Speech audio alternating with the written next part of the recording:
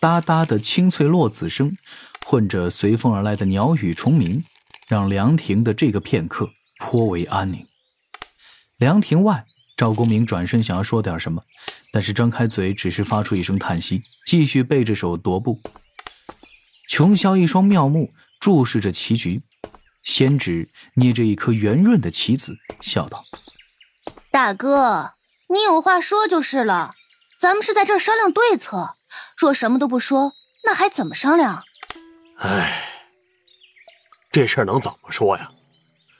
长庚跟咱们交情不错，但他毕竟是人教弟子，且要执掌这次大劫。我其实知晓，长庚一直担心咱们入劫，但凡有劳功德之事，都会喊上你我一同，为的就是在大劫中多点安身的保障。他为咱们截教做的已经够多了，咱们总不能凡事都依赖长庚啊。呀，一身浅绿薄裙的龟灵圣母惊奇道：还有捡功德的这般好事呢。琼霄翻了个白眼儿，与碧霄的表情如出一辙，嫌弃之中带着一点得意。琼霄道：我反正没碰到过几次。碧霄道：就是，人家的弟子都老偏心了。侧旁多宝道人笑眯了眼，刚想调侃两句，又下意识地看了眼云霄。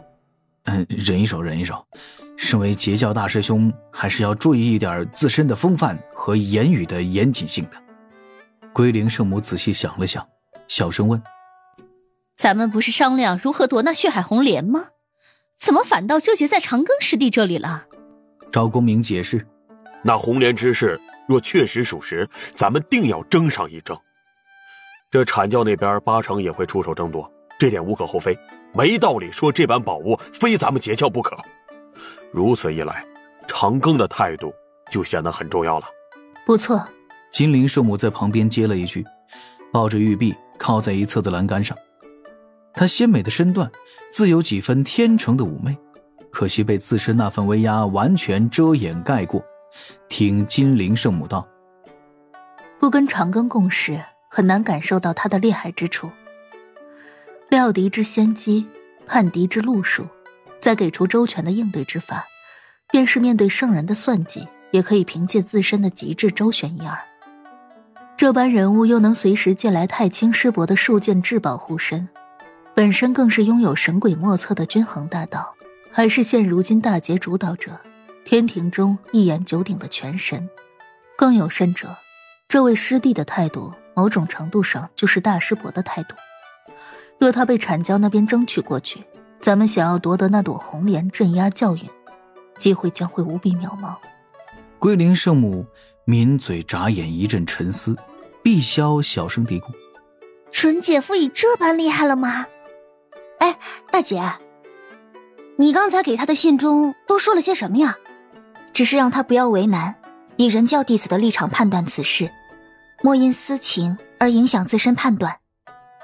听闻此言，金灵圣母眉头轻皱，对此有些不满，接连反问：云霄师妹，私情莫非就不重要吗？他与你本就是将成的道侣，为何不能借此争取他靠向咱们截教这边呢？你是截教圣人弟子，他是人教圣人弟子，若成天作之合，人教与截教本就应该更近一些，如何不能在他那儿沾点好处呢？师姐或许不知，我与他相交，无所图，无所为，只是彼此欣喜，相安若云霞孤雁。因我之事，他本就已做了太多不该做之事，我如何能以这段情再要他有所偏移？金灵圣母目中显出少许锐意。师妹，你莫非只顾两人之情，却不顾师门之意？儿女私情归儿女私情，师门情谊归师门情谊，二者为何非要混淆？云霄站起身来，素白长裙宛若流水般滑动，未留下半分褶皱。他温柔的话语中却带着一股丝毫不让的坚定。正如我给他的信中所说，稍后若大师兄有令，你我同去血海之中搜寻12品业障红莲，我自会做一名截教弟子该做之事。若以私情乱情义，或以情义乱私情，只是二者皆不得。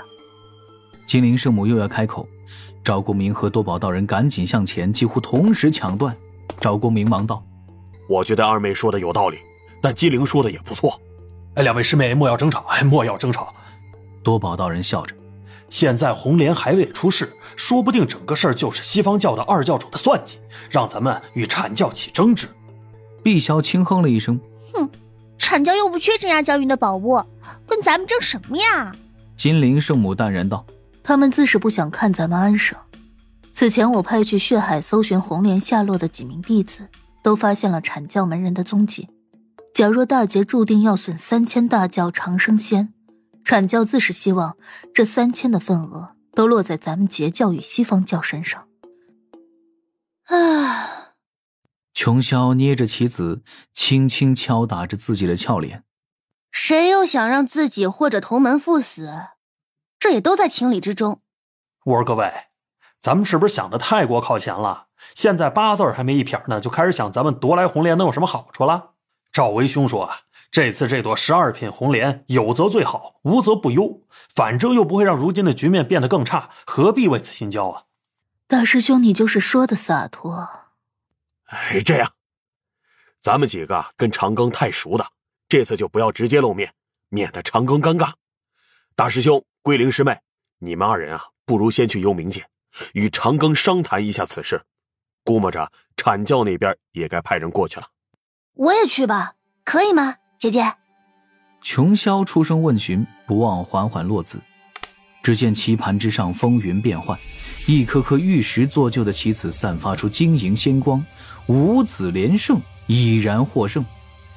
碧霄懊悔地拍拍额头，这得自小琼峰的玩物倒是让3仙岛上多了不少乐趣。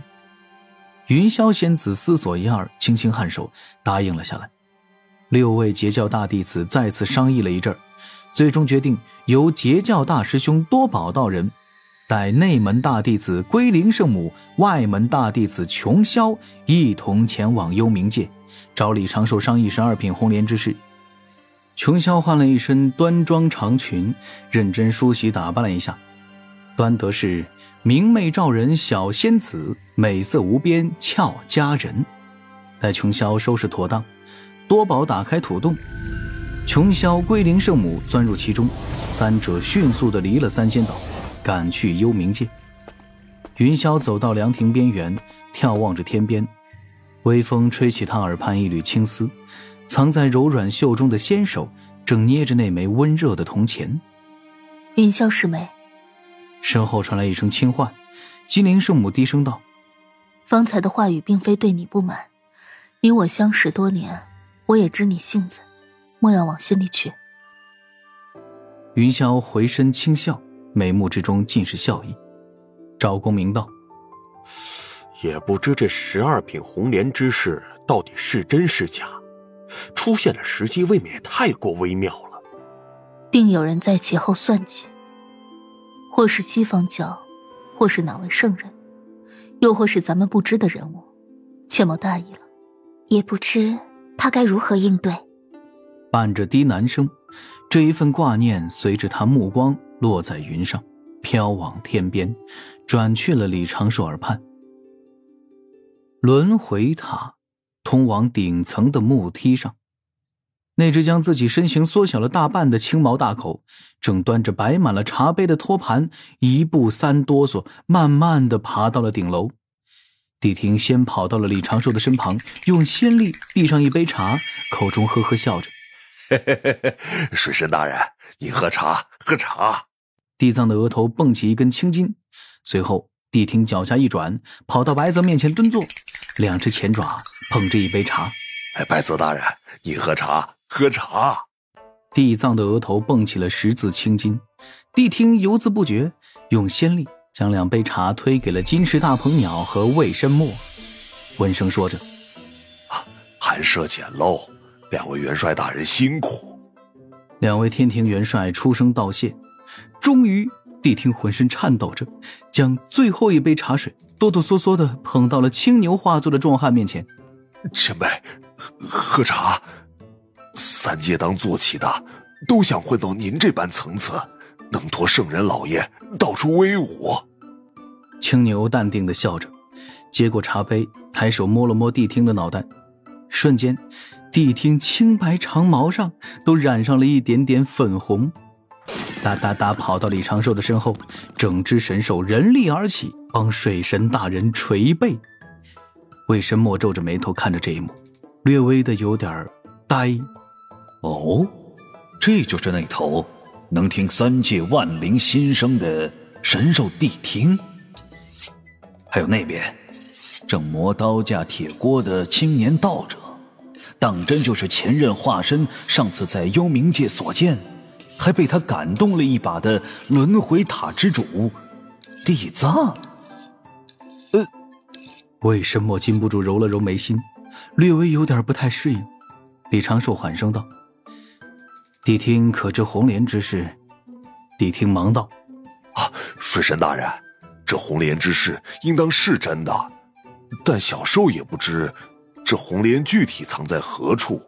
此前西方教在血海搜查，可有什么结果？西方教这次派了地藏用力地咳嗽了一声，亮起手中的短刀。谛听哆嗦了几下，扭头瞪脸自家主人，随后继续说道：水神大人您别介意啊，我家主人对西方教还有感情，我是绝对不会告诉水神大人您，西方教前后派了数千生灵，从圣人弟子到鸿蒙凶兽、业障大妖，进入血海之中搜查了许久，毫无所得，最终离去，然后才有了12品红莲即将出世的消息。地藏哼了一声，将手中的短刀一扔，淡定地讲道：水神今日不如留下吃个饭，贫道听闻白泽先生有一手好手艺，不知做过几次红烧神兽啊？谛听咧咧嘴，跑回了地藏的身后，淡定地趴了下来。白泽微微一笑：这般烹饪有伤天和，地藏道友既已列入天道序列，何必再以西方教弟子自居啊？原本觉得修道问长生是为了此身逍遥，一直到悟得通透，回首方知一切不过源于2字：根教。就跟水神一般，自我们踏入一方门户，修了一门神通，就已是打上了这摆脱不去的烙印了。许多凡人终其一生走不出100里方圆，而你我仙人虽可遨游3000世界，甚至探索混沌之海，却依旧要记得根在哪儿，不然心就乱了。李长寿竖了一个大拇指，道友最近看来是真的清闲，竟有这般多先生感悟。地藏收起笑意：今日我定不会助你们寻找12品红莲。是吗？李长寿、白泽、青牛、魏申墨、金翅大鹏鸟的目光齐齐落在地藏身后，那里谛听嘴里叼着一只木牌，上面画着几个歪歪扭扭的大字：地狱业障凶魂，红莲正在吸业障。地藏扭头看了眼，谛听嘴边的木牌唰的一声被谛听极快地吞入口中，淡定地咀嚼了几下。你在吃什么呢？主人，为了表达我对青牛前辈的敬意，我试着琢磨牛族特有的本领，倒嚼一下上次吃过的饭菜。地藏顿时满脸嫌弃，朝着侧旁挪了挪位置。既然地藏道友不肯帮忙，那就算了，咱们走吧。其他4位高手答应一声，起身与地藏、谛听告辞。地藏并未起身，只是坐在那儿闭目养神。离了轮回塔，李长寿就是皱眉一阵思索，在想谛听给的这个法子，越琢磨越觉得可行，此法当真可行。若能在18层地狱之中找到业障足够多，本身魂魄之力又不算强的凶魂，岂不就相当于给这股业障做了一个标记？而后只需要追寻业障之力的流向，多投放一些样本，或许就能寻到12品业障红莲的下落，总比在这儿干等着强。那谛听给的提示是什么意思啊？李长寿笑着将自己刚才想到的办法用洪荒修道语言解释了一番，除却白泽之外，其他3位尽皆面露恍然。青牛笑道：这谛听还真聪明。应该是地藏在给咱们提醒，只不过地藏依然有自己不愿意放下的坚持，故这般借谛听之手。为何不能是谛听擅自做主？元帅，那木牌也没有加半点禁制，地藏好歹也是有仙识在的。魏申墨拍拍额头，笑容多是感慨。走吧，咱们去18层地狱挑。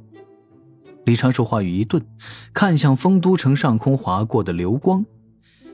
分两路吧，阐教几位师兄到了，劳烦白先生与金鹏拿着我的令牌，去挑选合适的业障魂魄，我在此地接待一下几位师兄。善。老师放心。白泽与金翅大鹏鸟各自答应一声，转身赶往丰都城轮回仙岛。